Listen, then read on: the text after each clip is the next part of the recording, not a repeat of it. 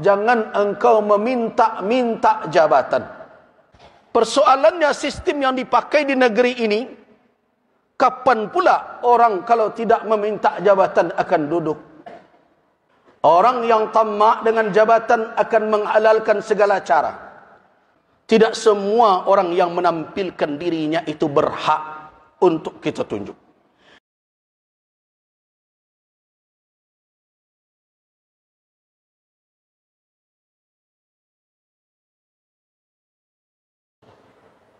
Ada dua ijtima' ulama setingkat nasional yang melahirkan keputusan penting terkait dengan bagaimana jabatan publik dan proses pemilihan dijalankan di negeri ini dalam kaitannya tentu bagaimana pandangan syariat Islam tentang itu. Dua keputusan itu dilahirkan dalam ijtima' Komisi Fatwa se-Indonesia yang pertama tahun 2009 dahulu, tepatnya di negeri kita, di kota Padang Panjang. Kemudian keputusan berikutnya diambil di Kalimantan tahun 2018, ijtima' ulama Komisi Fatwa yang ke-6. Dua keputusan ini penting untuk kembali diingatkan kepada umat agar segar di dalam ingatan mereka bagaimana petunjuk syariat dalam memilih dan menunjuk kepemimpinan di dalam negara kita, khususnya ini tentu kepada kaum muslimin, umat Islam secara keseluruhan. Kedua ijtima' itu kebetulan saya hadir dalam itu dan bahkan menjadi tim perumus. Karena itu menjadi kewajiban moral dan kewajiban lembaga untuk menyampaikan kepada kita semua. Dan mungkin ada beberapa pertanyaan umat tentang dinamika yang terjadi saat ini, tapi dengan catatan Majelis Ulama tidak akan mengangkat tangan menunjuk angka dan menyebut nama, tetapi hanya memberikan petunjuk yang menjadi pertimbangan bagi umat dalam tinjauan syariat Islam. Itu adalah tugas kaum muslimin jamaah Jumaah rahimakumullah. Menyikapi sistem yang dipakai di negeri ini, di mana seseorang apabila hendak duduk di lembaga-lembaga publik, legislatifkah, eksekutifkah, kalau dihadapkan dengan dalil-dalil di dalam sunnah Nabi sallallahu alaihi wasallam, seperti dalam riwayat sahihain Al-Imam Al-Bukhari dan Al-Imam Muslim, ada dua hadis yang populer. Yang pertama hadis Abdurrahman bin Samurah, dan yang kedua adalah hadis Abu Dzar Al-Ghifari radhiyallahu anhuma. Hadis Abdurrahman bin Samurah adalah nasihat dari Nabi kepada sahabat beliau yang mulia itu. Ya Abdurrahman bin Samurah, la tas'alil imarah. Wahai Abdurrahman bin Samurah, jangan engkau meminta-minta jabatan. Jangan engkau meminta-minta menjadi amir, jadi penguasa dalam bahasa sekarang. Ada ancaman Nabi sallallahu alaihi wasallam dalam hadis itu. Fa in u'titaha an mas'alatin wukilta ilaiha. Jika engkau diberikan jabatan itu karena meminta, maka engkau akan diserahkan kepada jabatan tersebut. Wa in utitaha an ghairi mas'alatin, dan jika engkau diberikan jabatan tanpa memintanya, u'inta 'alaiha, engkau akan ditolong dalam memikul amanah yang ada di pundakmu dalam jabatan itu. Konsep dalam hadis itu, kalau meminta dapat karena meminta, Allah serahkan orang itu ke jabatan itu. Artinya apa? Bisa saja jabatan itu memperbudak orang tersebut. Allah tidak menolongnya. Tapi kalau dia diberi an ghairi mas'alah, tanpa meminta, u'inta 'alaiha, engkau akan ditolong untuk mengendalikan, untuk menjalankan tugas-tugas dalam jabatan itu. Ini hadis pertama. Hadis yang kedua adalah hadis Abu Dzar Al-Ghifari radhiyallahu anhu. Kata Abu Dzar, qultu li Rasulillah, aku pernah berkata kepada Rasul sallallahu alaihi wasallam, ya Rasulullah, ala tasta'miluni? Ya Rasulullah, tidakkah engkau mempekerjakanku? Artinya menjadikan aku sebagai petugas, pejabat, atau kepanjangan tanganmu, menjadi amil. Tentu dalam bahasa sekarang, yang menjadi orang yang ditunjuk untuk menjalankan kewenangan-kewenangan tertentu.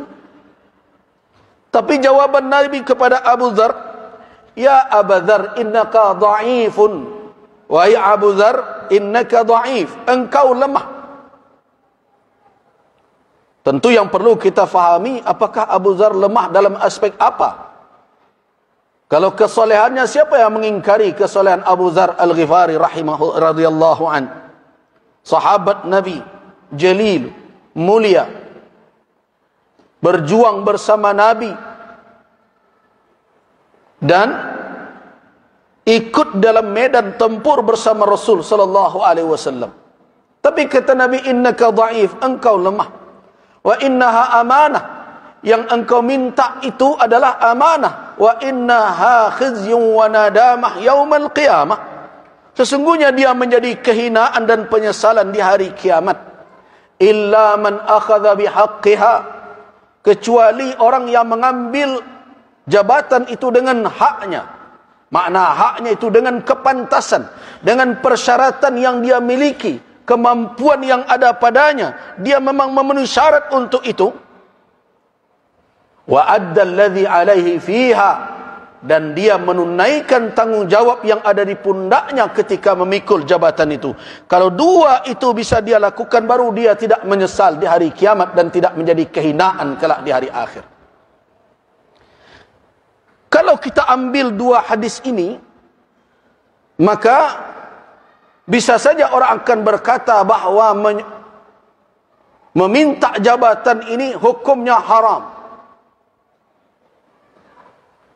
Persoalannya, sistem yang dipakai di negeri ini, kapan pula orang kalau tidak meminta jabatan akan duduk? Kalau tidak menampilkan fotonya akan ditunjuk orang. Kalau tidak akan mendaftar di lembaga-lembaga terkait, akan tiba-tiba berada di lembaga. Tidak ada sistem seperti itu.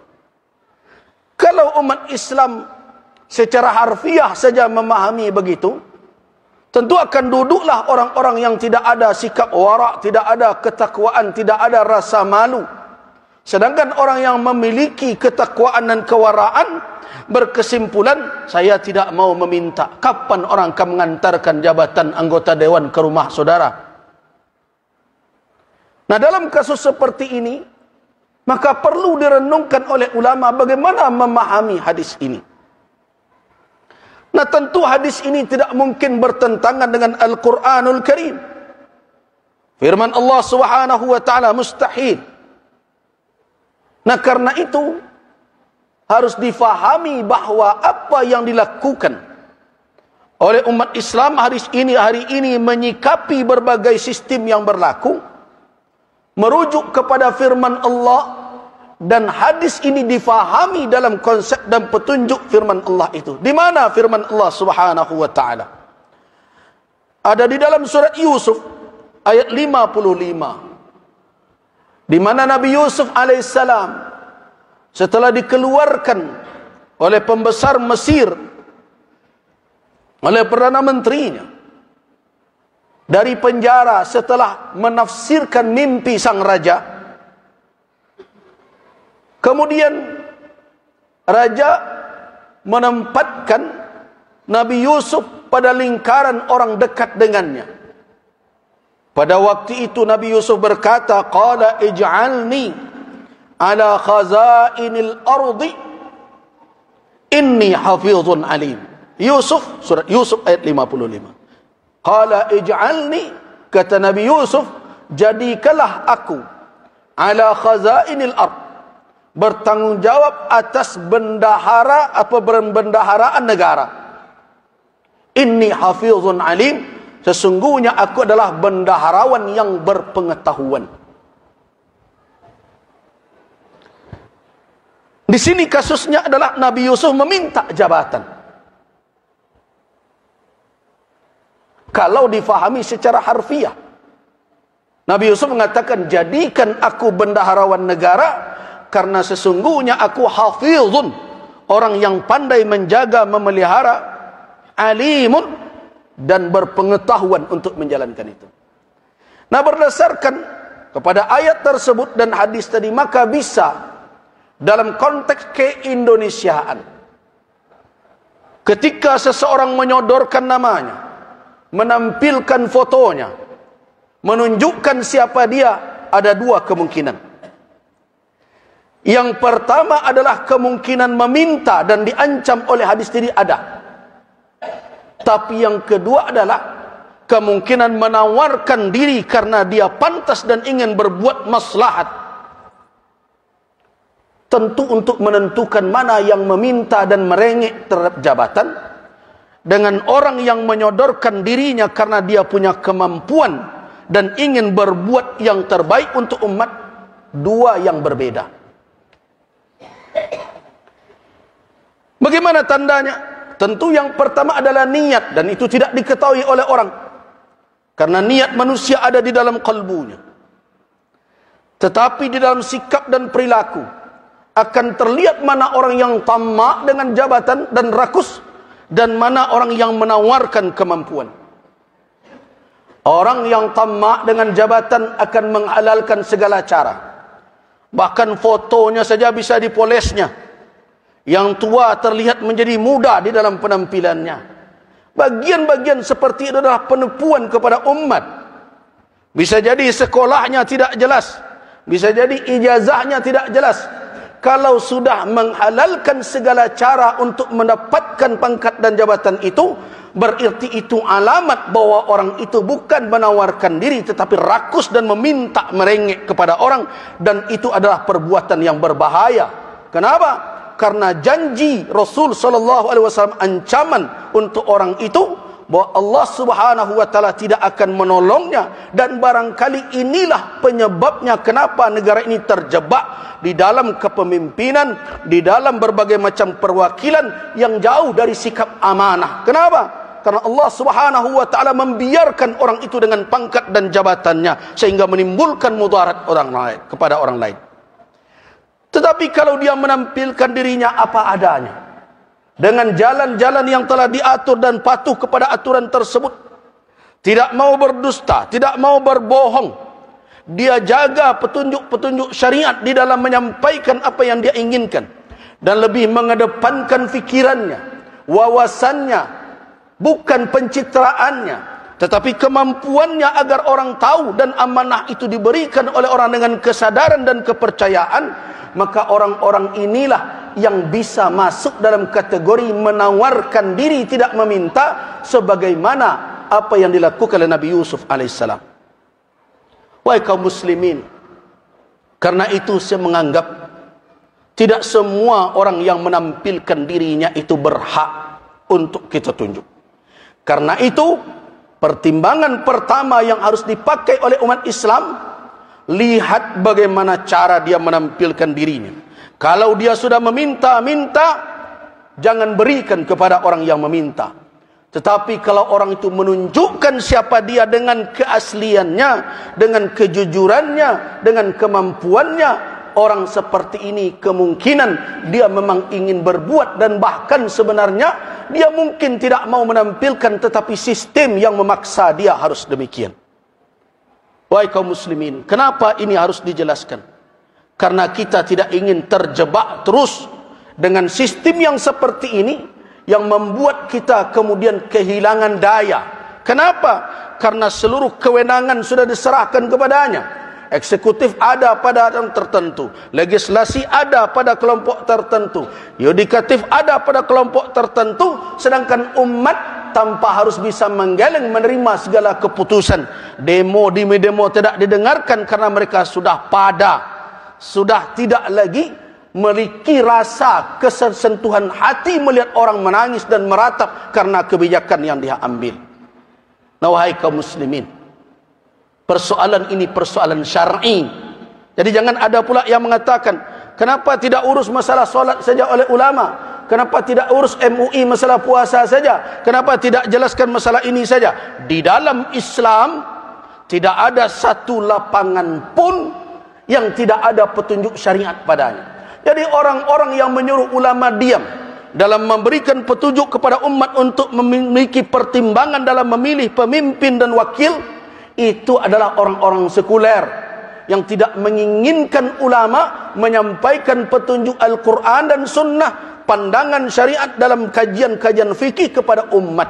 Ingat, Islam itu kamil, sempurna, syamil, meliputi seluruh masalah. Itulah makna al-yawma akmaltu lakum dinakum.